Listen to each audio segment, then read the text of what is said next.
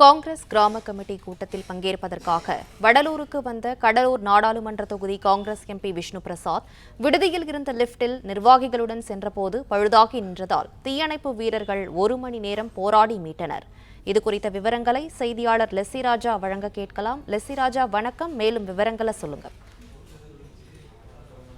கடலூர் மாவட்டம் வடலூரில் நடைபெற்ற காங்கிரஸ் கிராம கமிட்டி கூட்டத்தில் பங்கேற்பதற்காக கடலூர் எம்பி விஷ்ணு பிரசாத் வந்தார். வடலூரில் உள்ள விடுதி ஒன்றில் உள்ள 2ஆம் தளத்தில் உள்ள கூட்டரங்கிற்கு அவர் லிப்டில் சென்றார். 3 பேர் மட்டுமே செல்லக்கூடிய லிப்டில் 6 பேர் சென்ற நிலையில் திடீரென பழுதாகி நின்றது. உடனடியாக விடுதி ஊழியர்கள் மற்றும் அங்கிருந்தவர்கள் லிப்டை இயக்க முயன்ற போது அது சரி செய்ய முடியவில்லை. அருகில் உள்ள குறிஞ்சிப்பாடி, நெய்வேலி மற்றும் வடலூர் பகுதியில் இருந்து தீயணைப்பு வீரர்கள் மற்றும் காவலர்கள் விடுதிக்கு வந்தனர். அவருக்கும் லிப்ட் சரி செய்ய முயற்சி செய்த போதும் முடியவில்லை. 1 மணி நேரத்துக்கு போராட்டத்திற்கு பிறகு லிப்டை உடைத்து கடலூர் எம்பி விஷ்ணு பிரசாத் உள்ளிட்டோரை தீயணைப்பு துறையினர் மீட்டனர். லிப்டில் இருந்த 2 காங்கிரஸ் நிர்வாகிகள் மயக்கம் அடைந்த நிலையில் மீட்கப்பட்டனர். அனைவரும் உதவி அளிக்கப்பட்ட நிலையில் தற்போது அனைவரும் நலமாக உள்ளார். இதனால் அப்பகுதி பரபரப்பு காணப்பட்டது.